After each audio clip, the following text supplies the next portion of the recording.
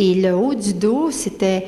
Je me sentais ça lourd dans le haut du dos. J'avais toujours comme un poids sur le dos. C'était lourd. Ça m'empêchait vraiment d'être bien, d'être à l'aise.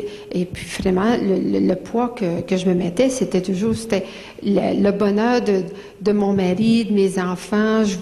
Comme j'étais assez contrôlante dans le temps, là, je voulais voir à tout. J'essayais toujours d'arranger les choses entre mes enfants puis leur père. Tu sais, s'il y en a un qui je voyais qu'il vivait quelque chose de difficile, j'essayais d'arranger ça. J'allais voir mon mari, qui est mon ex-mari aujourd'hui. J'allais voir mon mari puis je lui disais, tu trouves pas que tu devrais tu devrais t'occuper de tes fils un peu plus, il me semble que tu t'en occupes pas assez. Vous voyez, j'essayais toujours d'arranger les choses, mais je me mettais tout sur le dos, surtout au niveau affectif, là, des choses qui m'appartenaient pas. C'était même pas à moi à faire ça. Les enfants qui avaient besoin de leur père, ça aurait été beaucoup mieux si je leur avais appris d'aller voir leur père puis de faire leurs demandes. Mais non, moi, j'essayais de tout arranger pour tout le monde. Et ça me créait un gros problème, un gros poids sur le dos. Parce que je regarde depuis 15 ans, j'ai eu parfois des débuts de mal de dos, mais ça dure quoi, 15 minutes, une demi-heure, parce que tout de suite, je vois qu'est-ce que je me mets sur le dos qui ne m'appartient pas, là. Et puis pourtant, Dieu sait si je n'ai eu beaucoup des grosses charges sur le dos, des grosses charges à m'occuper. L'entreprise Écoute ton corps, puis vous voyez, j'ai pas mal dans le dos.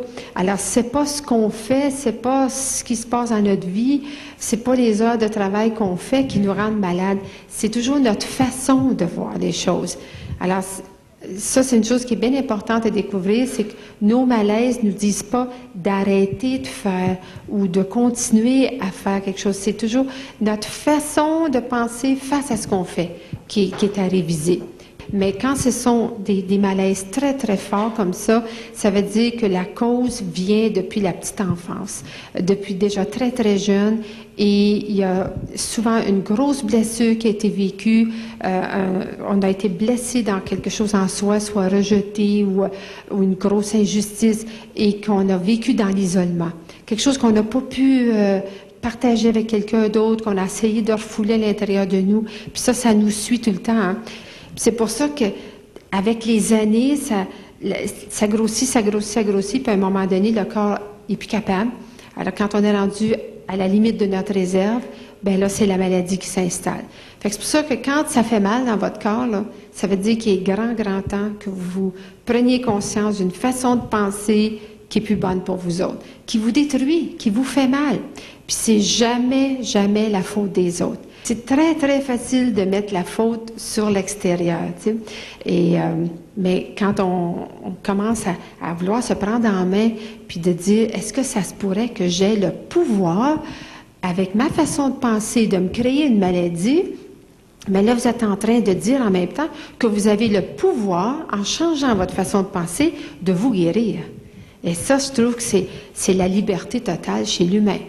Mais sachez que quand la médecine dit que c'est incurable, ils disent pas que la maladie n'est pas guérissable. Ils sont en train de dire qu'ils n'ont pas trouvé de cure encore pour cette maladie-là. Je suis pas en train de dire non plus de ne plus aller voir de médecin, parce que la médecine est très avancée, puis elle peut nous aider énormément au plan physique, mais ne gardez pas ça juste au plan physique. Faites-vous aider physiquement par la médecine, bien en même temps, faites votre travail au-delà du physique. Comme ça, vous avez toutes les chances de vous guérir pour de bon, puis au moins apprendre quelque chose grâce à ça. Parce que c'est tout ce qui nous arrive qu'on n'aime pas dans notre vie, c'est toujours là pour nous montrer qu'on n'est pas dans la bonne direction. C'est vrai, juste ça. Fait qu'au moins, ça saute bon, ça, c'est là pour nous ramener dans la bonne direction. Comme tout est relié ensemble, on est porté à manger ou à faire dans le monde physique qu'est-ce qui va avec l'au-delà. Comme par exemple, si on dit que le foie, c'est le foyer de la colère, alors une personne qui est en colère va être portée à manger quelque chose qui va faire une crise de foie. Alors, disons qu'elle va manger un gros contenant de crème glacée, par exemple. Là, elle fait une bonne crise de foie, ou elle mange toute sa boîte de chocolat. Puis elle va dire, ben c'est parce que j'ai trop mangé de chocolat, j'ai fait une crise de foie. Mais c'est ça, elle va être elle va être portée à manger des aliments qui vont lui faire une crise de foie. La personne qui peut pas digérer quelqu'un, peut pas digérer son patron ou quelque chose qui s'est passé peut-être à la maison, tout à coup va manger un aliment qu'elle a de la difficulté à digérer. Disons qu'elle dit oh, moi j'ai beaucoup de difficulté à digérer les concombres, par exemple. Mais pourquoi ce soir-là qu'elle décide de manger des concombres? Puis là, elle m'a fait une indigestion. Bien là, elle va dire c'est ça, j'aurais pas dû manger mes concombres. Mais la personne ne regarde pas que finalement, c'est quelqu'un qui a la difficulté à digérer. À chaque fois que vous faites une indigestion, c'est jamais votre nourriture. La nourriture est juste un élément que votre Dieu intérieur attire dans votre vie pour que vous deveniez conscient que quelqu'un ne me fait pas digérer. Pas trop facile à prendre, celle-là, hein? Alors, le plus grand avantage à écouter son corps, finalement, c'est que ça nous aide à apprendre à aimer davantage. C'est parce que c'est vraiment ça qui est dans le fond de tous nos malaises, de tous nos problèmes, que ce soit un problème physique, que ce soit quelque chose que vous attirez autour de vous, que vous n'aimez pas, c'est toujours là pour nous indiquer qu'on ne s'aime pas assez. Et l'amour véritable, l'amour inconditionnel, c'est justement ça, c'est se donner le droit d'être ce qu'on est, c'est se donner le droit d'avoir des limites, d'être des humains avec des peurs, des faiblesses, on n'est pas obligé de toujours répondre aux attentes de tout le monde, on n'est pas obligé de répondre aux attentes de notre tête qui dit « Ouais, mais si tu faisais ça, il t'aimerait bien beaucoup plus. » Puis on ne sait pas comment aimer. On est toujours dans vouloir se changer, on se critique, on s'accuse, on fait la même chose avec les autres. Tandis que s'aimer, c'est vraiment ça, c'est dire, bon, ben là, dans le moment, je ne peux pas faire plus. Par exemple, si vous me demandez de soulever un poids de, je sais pas moi, 200 kilos, c'est sûr que je peux pas. Je ne peux pas physiquement faire ça. Est-ce que ça veut dire que je ne suis pas une bonne personne?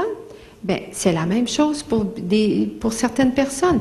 Il y a peut-être madame qui est fatiguée, puis qui arrive à la maison, puis qui voudrait juste s'écraser, là, même pas faire leur pas. Mais non, ça se fait pas. Une bonne mère de famille, une bonne épouse fait pas ça. Fait qu'elle continue par se force. Plutôt que juste faire ses demandes et puis de dire aux autres, bon, ben organisez-vous ce soir, moi, là, je m'en vais me coucher, je suis fatiguée.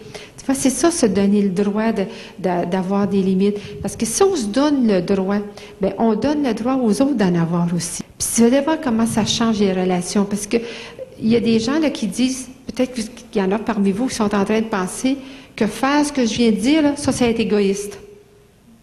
Ben non, l'égoïsme, c'est enlever quelque chose à quelqu'un d'autre pour faire notre affaire.